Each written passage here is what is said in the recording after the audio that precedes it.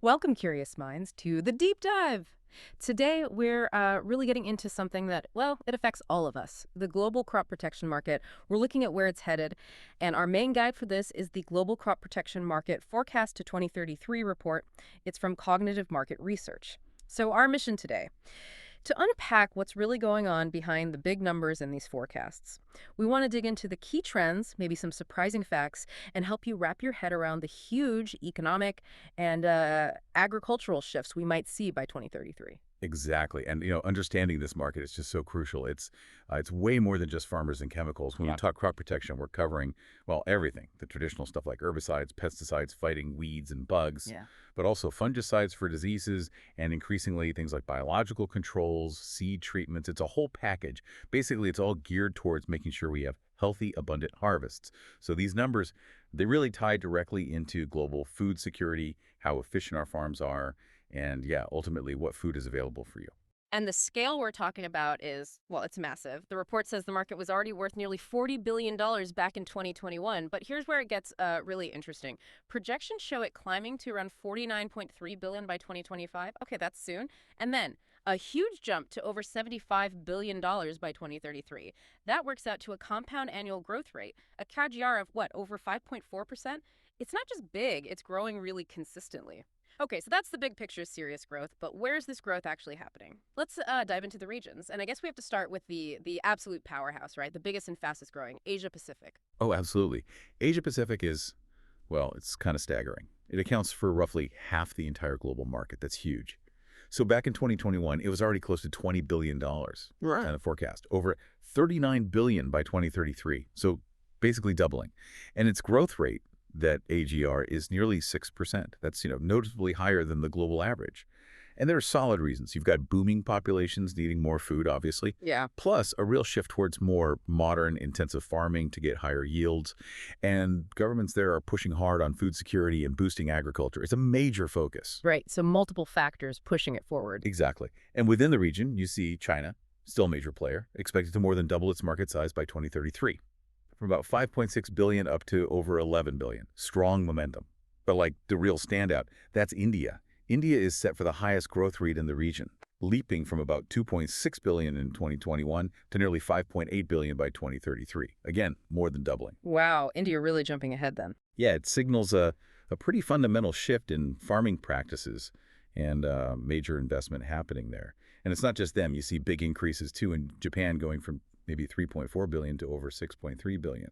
South Korea, 1.7 billion up to nearly 3.3 billion. Australia, over a billion towards 1.7 billion. Even places like Singapore, almost doubling from just under a billion to over 2 billion. Southeast Asia as a whole, Taiwan, the rest of APAC, it's pretty much across the board. Strong growth indicating wider agricultural modernization. Okay, those Asia Pacific numbers really paint a picture of a major shift, like you said. So if Asia's the main engine here, what about North America? Huge farmland, very productive already. How does it compare? Right, North America. It's definitely a big piece of the pie, no question. About $7.5 billion in 2021. But its story is more steady expansion. It's a more approach-your market compared to that explosive growth in Asia. It's projected to reach almost 13 billion by 2033. So, still significant growth. The CAGR is solid, over 4.5%. Respectable. And what's driving it there? Mostly it's about adopting new tech. Precision agriculture, advanced farming methods, always pushing for better yields. Makes sense. We're finding an already advanced system. Exactly. And the U.S., well, it dominates the region, as you'd expect, going from over 6 billion in 2021 to projected over 10 billion by 2033. Canada and Mexico also show consistent growth. Canada, roughly 730 million up towards 1.4 billion. Mexico, around 650 million, moving towards 1.1 billion. So yeah, stable, tech-driven growth. Okay, clear picture for North America. Solid tech-focused growth. Now let's hop across the Atlantic to Europe. Established agriculture, yes, but also those, increasingly strict environmental rules. How does that play out? Europe's interesting. It's mature, but still growing quite healthily. Valued around 5.1 billion in 21, projected to hit almost 9 billion by 2033. But yeah, the regulatory side definitely shapes things. There's a real push towards more sustainable options like biological controls that affects the mixed products used. Looking at specific countries, Germany shows pretty strong growth, expected to nearly double its market from just under a billion to over 1.8 billion. Okay, nearly doubling even in Germany. Yep. The UK also sees substantial growth predicted, 860 million towards 1.5 billion. France, Italy, Spain, all significant increases too. France, 628 million, heading over a billion. Italy, 484 million to almost 800 million. Spain, 400 million up to 720 million. Even smaller markets are growing. Sweden, Denmark, Switzerland. Russia, too, showing growth from 417 million to nearly 640 million. It shows a sort of continent-wide effort to boost output, but yeah, often while juggling those environmental regulations. Right, that balance seems key in Europe. Fascinating. Okay, from Europe, let's head south. South America, known globally as a huge agricultural exporter. How does its market look? South America shows very strong growth potential, really driven by its massive role in feeding the world, basically, the overall market. Expected to grow from about 3.4 billion in 2021 to over 6.5 billion by 2033. That's a CAGR of over 5.6%, so quite robust. What's behind it? Well, more land being farmed, a big focus on boosting export crops and dealing with pests and diseases, which can be intensified by climate shifts there. And Brazil must be leading the charge. Oh, absolutely. Brazil's market is projected to nearly double, from 1.3 billion up to over 2.5 billion. Reflects its huge agricultural scale. Argentina also shows strong growth, heading towards 1.3 billion, and other key players like Colombia, Peru, Chile, all looking at substantial increases. Colombia around 424 million to 780 million, Peru 315 million to 600 million, Chile 340 million up to nearly 680 million. It underlines that focus on maximizing production. Okay, another region with really solid growth tied to global food supply. Now, shifting gears a bit, let's look at the Middle East. We might think energy first, but it's agriculture and this market seem to be growing significantly too. Yeah, that's right. It's actually showing notable growth. The revenue is projected to nearly double as well, from about 2.7 billion in 2021 to over 5.1 billion by 2033. The CAGR there is almost 5.6%, very similar to South America. And a lot of this is driven by national food security goals, especially in drier countries, investing heavily in things like greenhouses, protected agriculture, getting the most out of limited land. Ah, so technology and policy driving it there. Precisely. You see key countries like Saudi Arabia and Turkey both expected to roughly double their markets. Saudi, nearly 700 million, up to 1.35 billion. Turkey, 476 million towards 950 million. The UAE, Egypt, Qatar also showing strong figures. UAE, 385 million to 800 million. Egypt, nearly 500 million up to 910 million. Qatar, almost 300 million towards 550 million. It really reflects significant investment in ag tech to overcome challenges and, rely less on imports.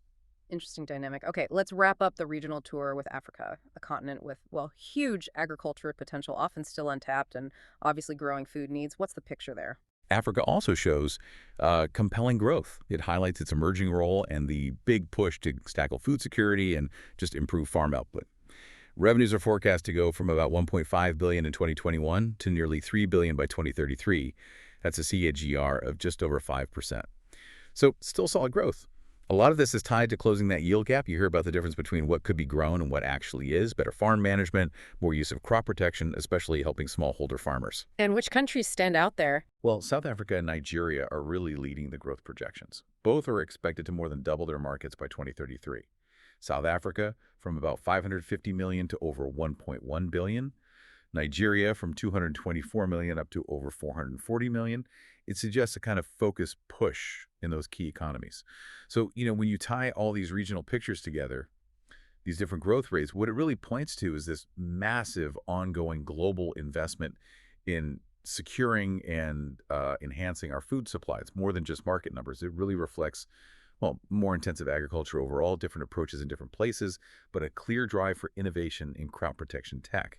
And that inevitably starts shaping economic power related to who produces the world's food. That's a great way to pull it all together. So the big takeaway from our deep dive today, it's this really significant growth forecast for the global crop protection market by 2033. It's already huge, set to almost double. But the really fascinating part is how that growth is spread out. The different regional stories, especially, well, Asia Pacific, just powering ahead because of its unique situation. Exactly. And that, I think, leads to a final thought for you, the listener, to kind of chew on. Given this huge ongoing growth in crop protection, what might that mean down the line, like for the actual types of crops we eat, the farming methods used around the world, and maybe even, the taste or availability of food? How could this massive evolving industry be quietly shaping what's on your plate come 2033?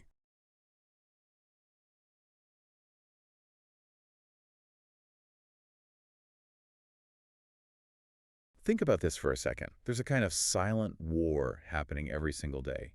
just to get food onto our plates. Mm-hmm.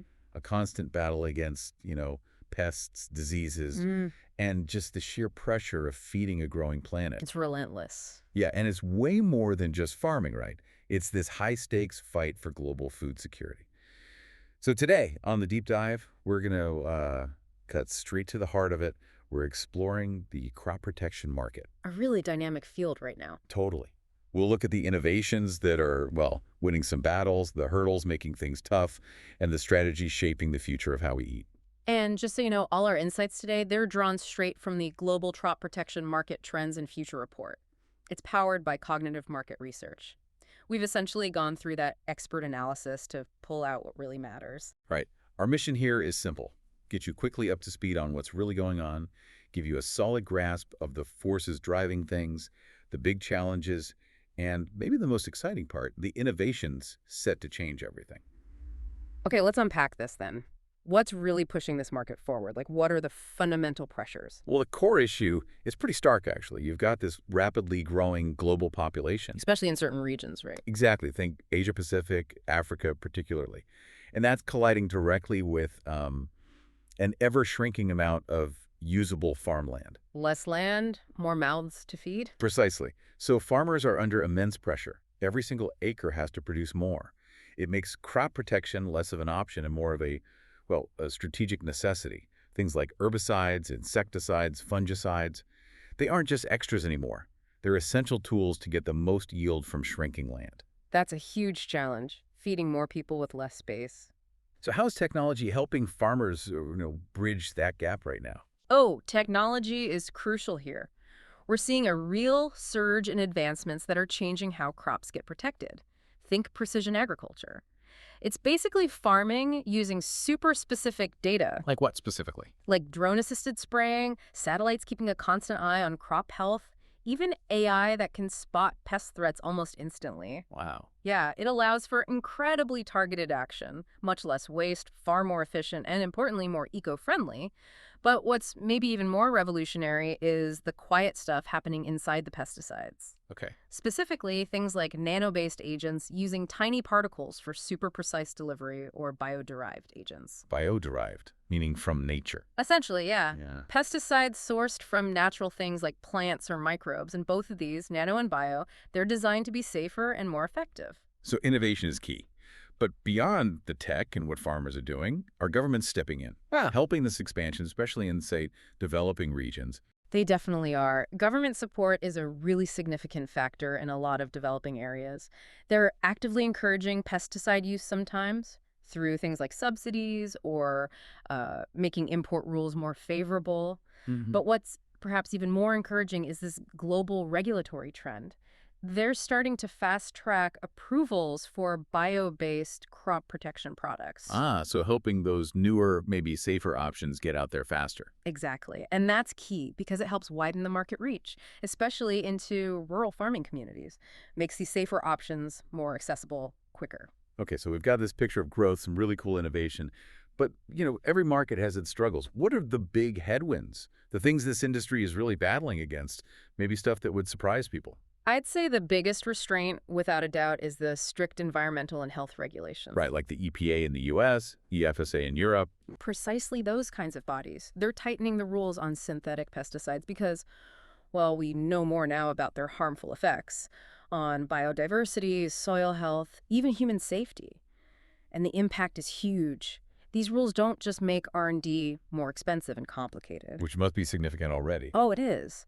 But they also actively limit the availability of some chemicals that might have been really effective in the past. So companies have to innovate, but within much tighter constraints. The real double-edged sword, then. You need the protection, but the protective measures themselves face scrutiny. Exactly. And I guess the pests themselves aren't just passively accepting this, are they? Are they adapting, evolving? That's the other major hurdle, rising pest resistance. It's a huge problem. When certain pesticides are overused, the pests, well, they evolve resistance. It's natural selection in action, really. Making the products less effective over time. Drastically less effective sometimes. And that puts farmers in a tough spot. They either have to use more chemicals or maybe complicated, expensive combinations. Which drives up their costs. Drives up costs, and honestly, it undermines the whole sustainability push. It's like this constant arms race, isn't it? Nature finds a workaround almost every time. Yeah, it really shows that complex dance between farming and the environment. Okay, speaking of hurdles, let's talk money. The financial side often gets glossed over. What are the costs involved for companies trying to bring new solutions to market? Oh, that's a massive one. The cost of product development is, well, it's prohibitive for many. Just to create and register one new agrochemical, you're looking at potentially over $250 million. Sort of $1 billion. Yep. And it can easily take more than a decade from discovery to market approval. Wow. A decade and that much money just for one product? Yeah. That's astronomical. It really is. Puts the pace of innovation into perspective, right? It's a massive barrier to entry, especially for smaller companies. And even the big players struggle sometimes to scale products internationally because the regulations vary so much from country to country. Okay, that's a sobering reality check on the costs. Yeah. But look, despite these really significant challenges, the regulations, the resistance, the sheer cost there are promising trends too, right? Things pointing towards a different path forward. Absolutely. One of the most interesting trends is the rapid rise of biopesticides and organic crop protection methods. So, moving away from synthetics. Increasingly, yes. And it's not just for small, niche organic farms anymore. These are gaining real traction in large-scale agriculture, too. Why the shift? Several reasons. Lower chemical residues, for one, big consumer demand for cleaner produce, and frankly, less regulatory hassle compared to synthetic chemicals. They just offer a much more sustainable path. And technology, the digital revolution we talked about earlier, that's not stopping, is it? How are digital tools changing crop protection specifically? Not at all. It's accelerating. We're seeing digital ag tools deeply integrated into crop protection strategies now. Think IoT-enabled sprayers that know exactly where to spray and how much. Super precise. Incredibly precise. Automated drones for targeted spraying, mobile apps sending real-time pest alerts to farmers' phones, even predictive models using weather data to forecast disease outbreaks before they happen. All these tools give farmers data-driven insights. It boosts the precision, cuts down waste dramatically, and maximizes the impact of whatever treatment they do use. It's about optimizing everything. So it sounds like it's moving beyond just single solutions, like one chemical or one drone, towards a more holistic approach, managing the whole system. Exactly right. There's a really strong push now for something called Integrated Pest Management, or IPM. IPM, okay. Yeah, and these programs are getting support from governments and the big agribusiness companies. The idea is to use a balanced mix of methods, biological controls, mechanical tactics, and chemical options, but chemicals are often used more judiciously, maybe as a last resort. So finding the right tool for the job, not just reaching for the spray first. Yeah, precisely. Use the most effective and least disruptive method first. The result is farming that's much more sustainable, aligns better with global goals like carbon reduction, and crucially, reduces that heavy reliance on purely chemical solutions. It's about long-term thinking, ecological balance, not just short-term yield. Okay, so let's bring this together. What does this all mean for you listening right now? It seems the crop protection market is at this really fascinating crossroads.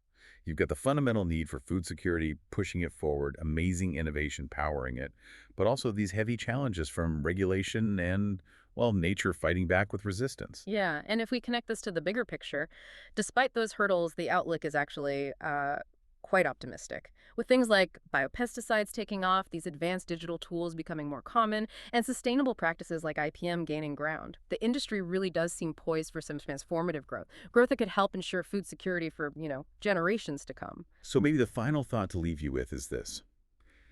How else might these tiny innovations in farming a drone, spraying a specific patch of a field, a micro protecting a root system, how might these seemingly small things be quietly reshaping our entire global food system, affecting everything from, say, your grocery bill to big international climate goals, often completely under the radar? It raises a really interesting question, doesn't it? How else might technology be transforming these traditional industries without us even noticing?